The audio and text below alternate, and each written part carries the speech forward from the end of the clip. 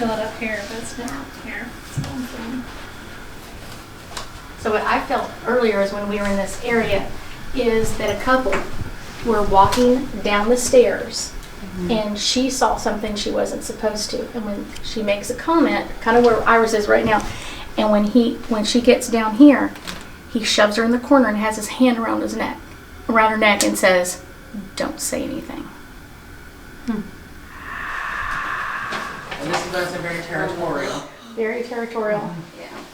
And I also feel like money that's hidden. Right. But I also feel there's a lot of hidden spaces. Mm-hmm. Oh, we found a lot of hidden spaces.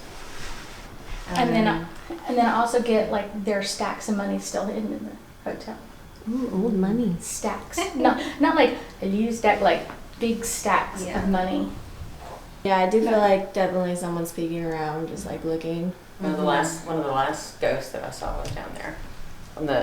We had the pool table, and we had bar stools around the pool table, and it was a gentleman in a 3-piece suit, big padded shoulders, very triangular, and he wasn't sitting in the bar stool. He just had his butt leaned up against it, and he had his foot up on the little peg, and I actually took my tour up there, and as soon as I got off the elevator, I said, "Oh, I think I just saw something." And then 2 sisters behind me ran over. They said, "We did too." They said, as soon as he saw us, he got up and walked through that door. I said, "Yeah, that's exactly what I saw." But it was really weird because I don't know what I was picking up on. You might be able to tell me this. It was like I knew that he had the vest on. I knew that he had the jacket. And I could even see his shoes and all that. But actually what I saw, it was just full of amber light and just rainbow prisms. I felt like I was seeing his energy. Was it his aura or his energy, or do dead people have an energy or auras? They usually don't. You know what I'm saying? Because it's usually anything that has been alive. And so it could be like the pool table in front of him is made out of wood, and wood was alive. So anything that was alive will have, you know what I'm saying? And because of the wood energy, it'll keep its alive. Like him, like I said, I seen the silhouette, but it was just full of amber light and just rainbows. It was cool. And I get like a button down vest or something. And it's striped. Guys, y'all heard of the Macios? Yeah. So they actually are still a very prominent family here in Galveston. They own the Maceo Spice Company over on 28th and Market. Let's just say they were Italian immigrants who immigrated through Louisiana, ended up here in Galveston. They joined the beach gang, and they kind of ended up taking over the beach gang, not by muscle power or anything. It was kind of given to them, probably because they were a bit more powerful, I think, than who was running the beach gang. But let's just say the head mobster, it was Sam Maceo and his brother Papa Rose. That was his nickname. His real name was Rosario. Sam worked his way from our barber shop all the way up to here, our penthouse suite. Now back then it was said that there was a spiral staircase, that it was a 2-level suite, so he had the 7th and the 8th floor. The MacArthur boardroom is where I showed you, where I had the Gene Simmons looking on my face. That's also where I saw him sitting right there on that, or sitting on that, leaning against that bar stool. But the Maceo family, let's just say they owned the Balinese. When? 30s? 40s? You know. By then, let's just say they were running the Balinese, and the Balinese was, do y'all know what the Balinese is? Guys, do y'all know what the Balinese is? It was during Prohibition time, so it was a dinner club. But let's just say there was lots of alcohol, lots of gambling. When it was actually busted, it was an inside job, because when the Texas Rangers would come in, they'd play When the Eyes of Texas Are Upon You, and that was the cue to flip everything. So by the time they got to the end of the pier, everything was in the Gulf or back behind this or what have you. But when they did get busted, like I said, it was an inside job. But let's just say that pier was very, very haunted. Very, very haunted. Not the same ghosts that we have here. Those over there were not nice at all. But and it kind of reminds me, I bet it's the same energy that we have up here. But let's just say Sam Maceo, this was where he lived. So they were known bootleggers. I mean, that's, during Prohibition, they were serving alcohol at the pier. So they were getting it delivered somewhere. They were storing it somewhere. Let me show y'all something. You mind moving for me, sweetie? Okay, have a seat. I'll be able to get up.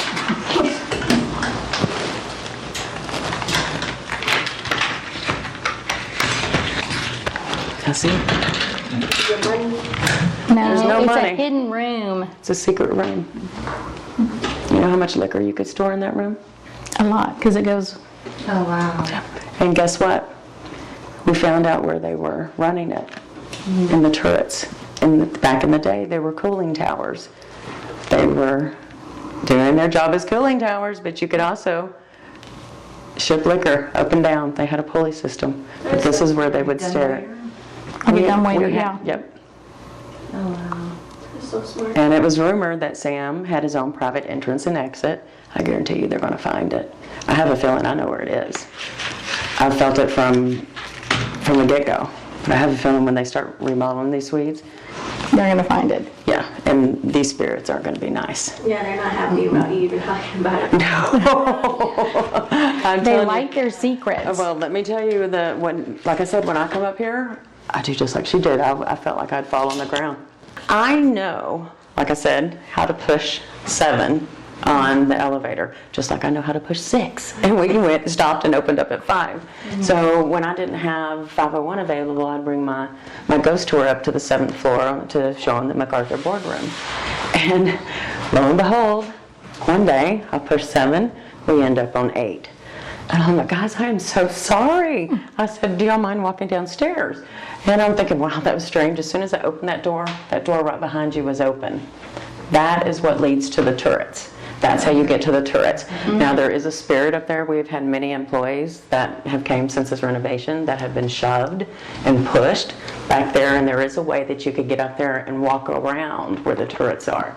But to get into an individual turret, this is the opening that it is. It's just a little cross space. But like I said, there is a space that you can walk all the way around. But, so the door was open. And I'm like, wow, that's unusual. That's dangerous. There's utility stairs that go straight up. That's also where the elevator engines and all that are. And I said, I hollered to see if any engineers were up there. I reached over to grab the door, and it's locked, but it's wide open. And I'm thinking, that's strange. And I left, didn't think anything else about it. The next day on my tour, hit 7, came up to the 8th again. And opened the door. That door was open again. Reached over to get it, and it was still locked. So there is lots of, the energy up here gets to me. I don't stay long. It's like a lot of pushing out.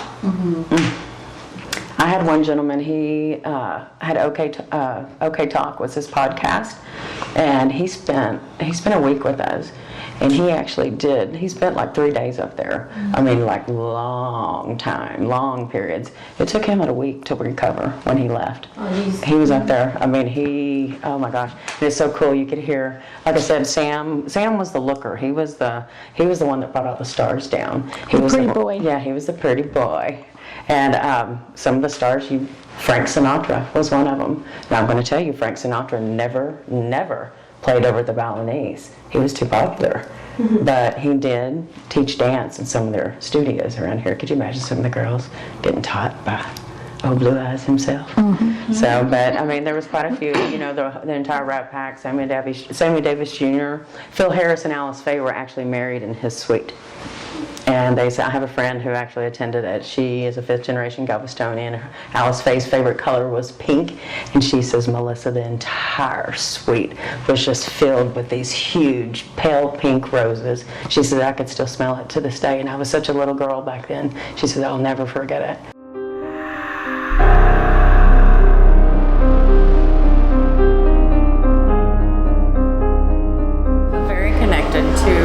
quite a few of the little spirits here, especially the children. You've heard me refer to throughout the tour, Robert. He is a little one that Teresa was telling me that he looks at me as a mother figure. And I've always said that on my tours. I said I could feel the children. I said they're all around me. I said and I'm also a granny of 5. So it's either that mother energy or that grandmother energy, but I could feel the children around me. And I think it's just a beautiful feeling. To me, I always feel ghosts, so kind of no matter where I'm at, I am feeling ghosts. But I think at the Galvez, because there's so many here, it can be really overwhelming. Not only for my energy, but people when we go on the ghost tours and kind of just feeling so much in one tiny space. I think that's kind of one of the interesting parts about the Galvez is there's so much energy, and it's been a hotel for over 100 years. So you have like so many different genres of clothing. So you'll see a ghost that's kind of like from the 1920s, and then the next ghost will be from the 1970s, and the next ghost is from the 1950s. So you have all of that energy in play in one small space. Can you tell us some info on the nun and also on the Native American energy? So on the nun, I get is I do get that she didn't pass from anything tragic or anything else. She just passed from old age. But I do feel right about the time that she was going to become a nun, that she was raped by someone, and that energy can be really overwhelming for her, and that's why she can be like up in the groom's face. That we're talking about that in the video is like being up in the groom's face of like not molesting his wife and honoring her. And I thought that was really like kind of like sweet, because she's like trying to protect someone else's energy of something that she went through. Yeah. And so that's kind of like her energy. And I do think that she comes off very strict or very stern, but it's not out of, what I'm saying, like she's not trying to be mean, she's trying to be protective. Right. I just think it's coming off as being strict or stern. And there's a wedding going on today. Is she present there? She is present there, and I will tell you that, like, especially in like the groom's face at times, and so she's kind of like trying to get his attention. Like, why aren't you talking to me? Why aren't you listening to me? But as people are like moving around, he's, like I want to dance with my wife. I want to do this. I want to eat cake. I want to so he's so busy that she keeps like jumping in, literally in their face. Mm-hmm. And what about the Native American energy? So I kind of get the Native American more like more in the front, the wings that come off the front of the hotel. That's where I feel it more, or kind of in this space in the garden areas. And they are, I kind of get like most of them are like really tall. I kind of almost and very thin built. But almost like very light complected at the same time, like not super dark, like, or what I'm saying, like olive complected, like very light skinned.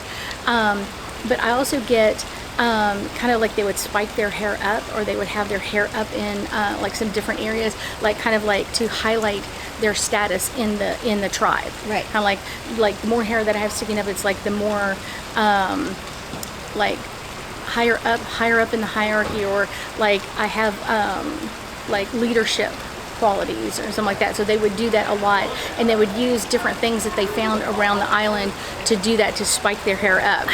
I always think like it's always fun to go on a ghost tour because there's so much energy, but I think kind of the qualities that I love about a ghost tour more than anything else is getting to be a part of their life for a period of time, and kind of like, what are they telling you? Kind of like they're telling you about their life. They're showing you like how they lived, or how they passed, or what they were dressed like. Like, look at me in my wedding dress. Look at me dressed this way. Or I just felt so cute and perky in this outfit, or whatever else. So, like, they're telling you about their life. And I think that's kind of the special part about any ghost, is to learn about their life and how they did their life.